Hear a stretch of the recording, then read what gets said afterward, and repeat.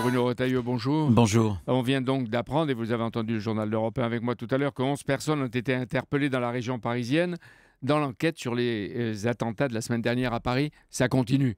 Ça continue et ça continuera évidemment. Le mal, il est profond. Vous savez que 1200 Français sont revenus de ces théâtres djihadistes. Donc franchement, le mal est enraciné dans notre territoire. Il faut impérativement faire la guerre à ces terroristes. L'exécutif, vous avez l'impression qu'il continue à ne pas relâcher sa pression et qu'il a raison de le faire. Il ne relâche pas. Et encore une fois, hommage à toutes nos forces de l'ordre, les policiers, les magistrats antiterroristes. Vous dites la France fait la guerre à l'islamisme radical à l'extérieur, mais est-ce qu'à l'intérieur, il faut employer le mot aussi de guerre qui est fait? Bien sûr, c'est une guerre. La France a été attaquée, il y a eu des morts, et elle a été attaquée parce qu'elle est en première ligne mondiale dans la lutte contre le djihad. Il y a deux fronts, le front extérieur, le front intérieur, bien évidemment, et ça n'est pas le moins important. Vous savez que les terroristes sont nés en France, ils ont grandi en France, ils sont allés à l'école de la République française. Oui, et en Belgique, il y a aussi des attentats.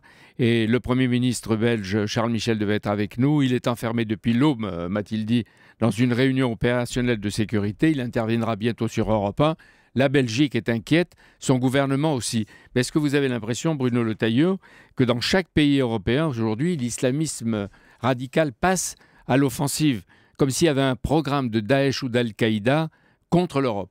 Bien sûr, on a affaire à un troisième totalitarisme, ce que j'appelle moi l'islamo-fascisme. Il se déploie en Afrique, il se déploie au Moyen-Orient, jusqu'au Pakistan, jusqu'en Afghanistan. Et ces gens-là veulent conquérir le monde. Et l'Europe est leur cible, l'Occident est leur cible. Ce sont nos valeurs. Ce sont d'ailleurs les valeurs de la République, la liberté d'expression qui a été la semaine dernière attaquée. Et donc en face de cette barbarie, il faut se redresser. Les Français se sont tous redressés dimanche, mais il faut continuer le combat. Il sera long, il sera dur, et il faut utiliser toutes les armes qui sont à notre disposition. Est-ce que Nicolas Sarkozy vous a demandé de durcir les critiques à l'égard du gouvernement, ou est-ce que la trêve de l'unité nationale peut durer?